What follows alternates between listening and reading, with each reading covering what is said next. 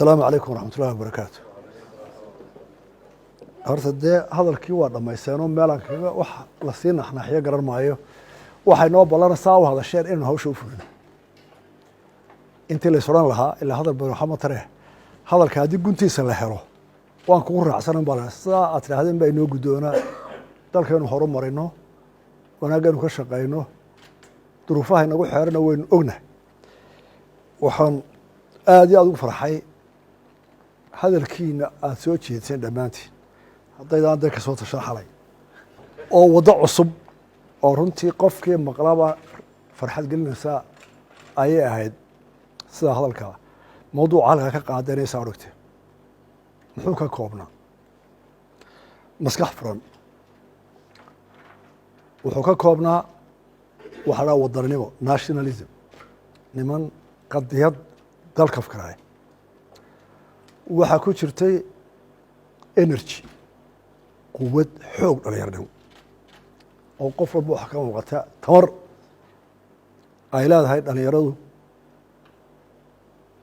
waxa ka muuqaday garaad aqooneed oo korsan intaa markaan dadkini ka dhuuxay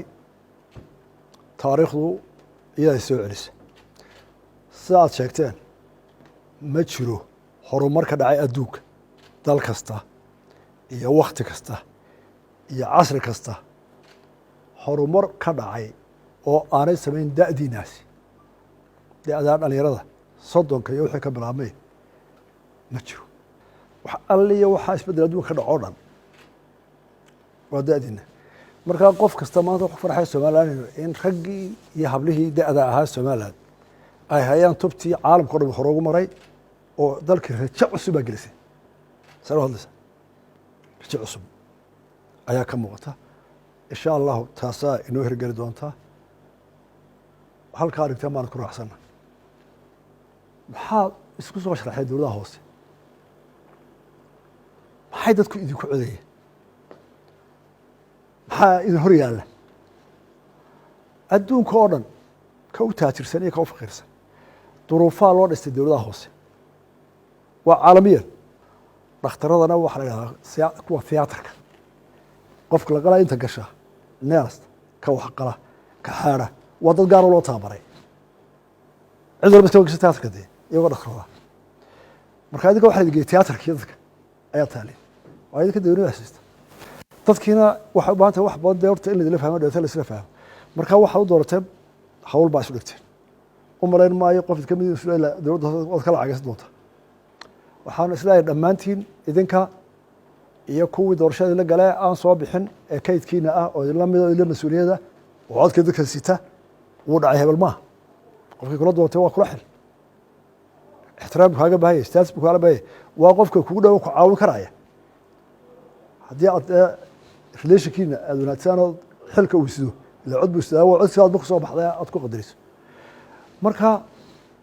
intiinaas waxaa u timaadeen oo da'diinii idinla midka adaan soo doonanin ee dhibtaa iska nacay dheertiin waa dal jacaylnimo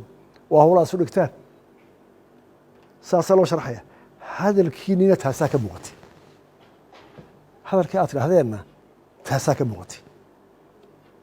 laba noo iskalaasaa fadhiya imika nina waa wasiir nina waa meel oo lasoo doortay dee labada adaa lagu doortay labada adaa lagu soo doortay oo culayska badan ku fuulaya wasiirku wasiiru dhex yimid madaxweynuu la joogaa dowladda buu kaa qayb jiraa isaga cidilmay soo dooran dee marka imika mas-uuliyadda taitalka waa kan laba oo hawl kaa weyn waaya saxiib saxaaga uu ka weeyey laakiin xaqiiqada dhabti dee kii meel kala doortaa ayaa dabka saaran adaa daawaha u dhow markaan intaa isla soo sifayno haddaynu intaa isla fahmno dowladaha hoose mersa maxay hor yaala dhowr 5 qodob baa laga soo qaaday inta ugu culus ee dowladaha hor yaala caalamiyan kolka hore waa mashkiladda bulshada aad xukumayso maxaa ugu weyn bulshada way tarmaysaa intii aad wasiirka ahayd magaalada lagu doortay dad baa kusoo kordhaya habeen walba dhalanaya had iyo jeer inta dhimatay inta dhaltana innaga saddex lawlaabo inta dhaltaa ka badanta kuwa dhinta markaa saddexa bilood joogteen bablishkii in badan baa kordhay magaalada timaadeen ilmihii dhashaaba wuxuu kaaga baahayay mas-uuliyad biyo nolol caafimaad oo hawl soo kordhay qoyskii hadduu qol deganaa wuxuu baahayay qol ka badan inuu helo hadduu aabii mishaarada ku helay hooyadii waxaa loo baahaya wax ka badan mas-uuliyadda koowaad cidda kasoo dhacaysana waa adiga markaa bulshadu way koraysaa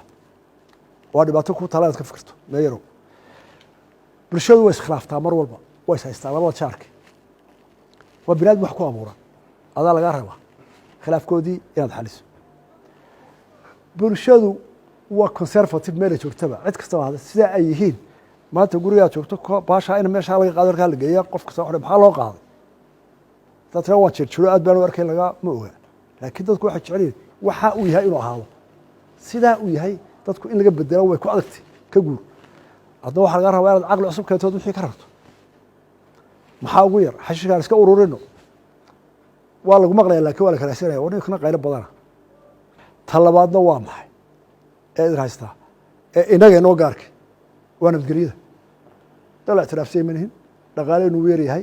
kabasitigeena security uu yaryahay degmadaada booliiskeeda iyo wardoonkeeda iyo amnigeeda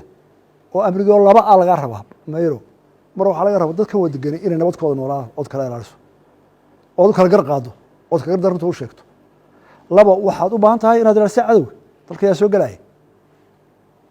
markaase amnigeena inaga muxuu ku xumaanaya dalalkeena africa ee weliba geeska africa dhibaato amdu qaybsanaa jirta oo maadaama dowladaha dagaalo badan ay ka socdaan geeska africa oo ay ummaddu isbedelayso ummaddu waxay ka iimaan daran tahay oonay aaminsanayn stateka waxa laga qaranka oo waxay soo aaminaysaa family hoose markaa waxaa abuurmaya myth inuu qofkaas qofkaa la celiya mar walba markaa taa amniga gudaha oo ilaalinaya inaanu cadowga kalena kusoo dhex dhumantaa oo meelaha haddii jeer cadow kasoo dhex diso ay tahay ninka balaayada wada idinkaa la ka rabaa inaa ilaalisaa waayo dowladda dhexa idinkaa ugu dhow ila idinkaa hogaaminaya tusaale wacan waxaa la ascano dadkii meeshaa joogay een la dhibin meerkaa dee ka xoogaa leh waa iska horeysteen deetana waa la socotaa dhowr iyo siddeetan qof baa lagu dilay oo qof karmeedkiia kaba badan ee dowladdiia mar alli marka la yidhaha maxaa dhacayna way ka murugtaa dadkii ilaa siba wax loo raadiyaa bal meeshana la hubiyo hubinta waxaa noqotay in halkan wax qeyr caadi inay yaallaan deetana ay baahan tahay meeshan inay sida baacmishir kala noqoto dee waana ku adkaatay markii baacmishir kaloo noqon la sinada dadka kale deegaankaa loo raaca wixii yimaada meerku ha xukumo odayaashu ha xukumeen hadii la mid noqday gacan kalaa ku jirta marka nabadgelyadiina saasay dushina kusoo fuulaysa bulshadii iyo nabadgelyadii waa labada ugu muhiimsan waxaa kaloo in haystaa inaad horumarka inta baa la ka doonaya meer kastoo la doortay waxaa la leeyahay maanta dadkeen wuxuu cajaa'ib ku yahay kaa sugi maayo haddaad tiraa war soomaali geelaa yaad ugu jeceshahay oo 13 milood baad sugtaa ee bal waxiga cagta idhig aan wax kuu sameeyay haddaad galbeedka qoladaan geel lahayn timaadana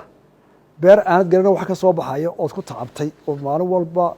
ku soo daashay oonad garee roob iyo kaliya iyaad ka sugtaa wax ka soo baxaya bal in yarkaadii horta dee aan wax kuu qorsheyn wax kula doonaya kaa sugi maayo ina lisaana kaana cajuula dadku waa degdeg kii weyn nuurkiisa degdegsayn idinka sugi maayaan muxuu koriyey shalay dhaantaa la yidhi kii hore muxuu taray waa iska caadi marka waxaa laga rabaa horumar degdega qodobadaas ayaa laga rabaa inaad xalisaan qof kasta oo xil hayana ama madaxweyne ha ahaado ama wasiirka ha ahaado ama agaasimo ha ahaado xilkuma kale qof walbana intaan lagba hor taala oo kasi markaad adigu iminka magaalo hayso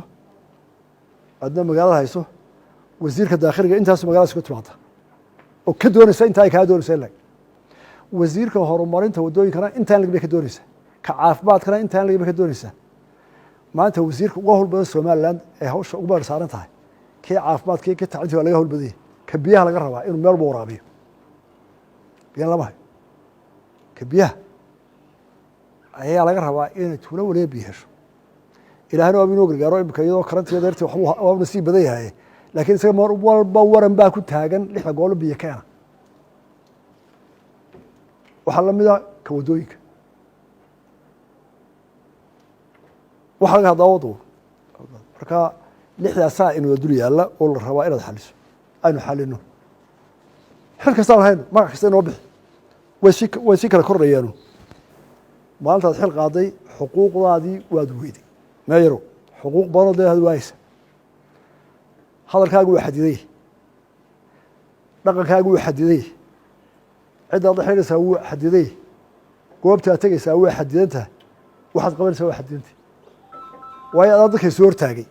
markaa bulshada hadday islaam tahay waxay ku dhaqmaysa waad ku dhaqantaa hadday soomaali tahay dhaqanka leedahay gobanimo taqaano waanad ku dhaqantaa haddii intaa laga waayo tacab badan tacab tahay baraka male waayo aaminaadii baa qaldan mujtamaciina dee iska wada khilaafsan iska wada hor imanaya marka waxay ku soo ururtay adoo dadaalna waa laga yaabaa inay dadku marhaysan waaya waxaa wado dadka laftiisa psychological aan mararka qaarkood dee wuxuuna u akhriyaa waa lagu yiri bukuraa intuu wuxuu doonaa sameeyo intuu balaa turmuro waa la lahaa dee war waa la lahaa maahe bal ninkan laftiisu ciqaabay xilka haye meeyarka miyaa hayaay kii hore dhaamay adeer muxuu sameeyey waxa miyuu adiga kula soo joogay meede waa sii la yidhi rag looga qaateenaya bal hubso isna dulmaya laga yaabaa aaminaad baa ka noqotay sidee aaminaadii loo helaya ba haddana timid aaminaaddii markii la waday waxaa la sugaya 4 qodob haddii aad si fiican u xalisho waad ka dabaan karaysaa aaminaadda 4taasi waxay waxaanad xukuntoo dhamis 4 unbay isugu yimaadaa dadka aad xukumaysa waana taqaana dareenkooda waanad ogaataa say u dhaqmaan waanad ogaataa waxay ka dadaanaya waxay ogolaya waanad garataa waxa ka dhexeeya waanad garataa waa bad dhan haddii aad dadkii fahamtay markaa waa lagu joogaa waanad qorshe u haysaa aliqi karaya xaasibu naasi calaa cuquulihim waar dadka caqligooda koo dhaqma haddii qofkii waxaan u garanayn ba adaba kusoo wada oo isaga aanay caqligiisaba gelayn dee si qabo wax ugu sheeg 3 qorshe muxuu u baahan yahay fuli waa ta ugaada ka daba wixii o dhan ka kaale fuli magaalada baad qorshaysa waxaad tihi halkaa waxaanu ka dhisanaa maanta magaalada market bay u baahantay halkan hore way xun tahay meel cusub baan jeexaya waan qorshaynaya halkaasaynu xoolaha ku qaadaynaa oo ku jirta wasakha saasaanu iska dhigaynaa biyahana saasaynu u keenin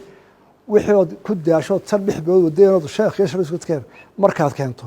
kii halkaa qulunka aad deganaa dooxeeda waxbaraya ee kharibaadda aad ka guur xabad baa lagaala hormaray dagaal baa lagaala hormaray markaa fulintii baa waxay noqonaysaa wax adag colkiina doortay ceebta aladii maa idin sheegay haddaba aanu wasiiradu lahayn dadka la doortaa ceebta ku dhacdaan kuu sheegaya bini aadmigoo dham dareen buu leeyahy la taabto oo laga adagay markaa tira waan fulinayaa intii ku dooratay kugu socotay berigii aad tiraa raggii kula hawlgalaan ku imanaya kuli may annaga baad naga bilowday intii aad qadarinaysa soo doortay waa dadka waa dee alladii maa bacdu ayaa kaaga hor imanaya markaa waxay kugu markaa waxay aad qabanaysay iyo waxaad ku daashay iyo saad arkaysay iyo dadkii halkaasay taala hadda horgadhimadu waxaan idinku ducaynayaa in ilaahay xilkaa qaadeen idin nabiyareeyo waxaa kaloo idinka doonayaa inaad qarannimada aad tidhahdeen wado inaad waddaan golaha deegaanku wuxuu fadhiisan karaa marka uu ogolaado baro saab maxaa loogu xidhay codka golahaas maxaa ka horeeya oo sharcigu idinku heliyey dowladaha hoose waxay curin karaan xeer iyo sharciyo ay leeyihiin oo ah baylo yay bayla u yihiin ka dowladda dhexe ka uu baarlamaanku baasgareeyey kon kaa hor yimaado kaagu waa non avoid baarlamaankana markuu ka hor yimaado dastuurku waa non avoid marka xeerkaagu ile magaalada xukuntaa qura adigu iyo hargeysada xukuntahay dalka ma xukuntide xeerkaagu adigu kuu gaariyay hadduu kii dowladda dhexe ka hor yimaado wasaaradda ka hor timaado waad joogsanaysa maxaa loo siiyey wasaaradda awoodda waxaa loo siiyey in ay jeegarayso qaladaadka ka yimaada dowladda hoose markaa dee waa run oo 3 dul jooga masha toki oo malo ku qeylaa taayaanad aad intaad tallaabadii u qaadtay aad ogaanaysaa ha dhigay xeer baad leedahay oo sharciga waa ku talahay raac war maxaa balaygu maxaa lay haysta waa lagu kala baxaya malu qalad u fahamtaa markaasaa la bilaabaya oday u sheeg kan qabta inaan kala hadlo waxba la hadli maayo warinku sharciga halku ka maray 3 bilood koo joogin baa wada bilowdeen dhowr meelood hala bedelo maadaa meeshiiba gala maxaad bedeli madaa waxu xisaabiyey goor baa dib u ordaysa haddii la bedelayo soo in laga fikra maaha ninka dembigaasuu galay kaasuu galay ka raggan kale yimid soo in la qiyaasa maaha ninka soo baxaya muxuu qorshahayaa isaga akhlaaqiisu maxay tahay yaa imanaya dee baashu maaha baaskelkeena shooga ii dhiibe ya qaran baa la maamulayaa beerada waxaan leeyahay raggan doorto waxaasoo dhan idinku akrinaya waa wax wada jire haddee wax adagta iyaan loo baqanin waa lagu bedelaya lagu caay dad ma soo doorta cayda ogolow faalada ogolow waxaanad lahayn ogolow laakiin danti waana socota laakiin ha u ogolaan dee inay danti ka adkaatay intii xumayd intaa ayaa hadal badni aad iyo aad waa mahadsantihiin wasalaamu calaykum waraxmat ullah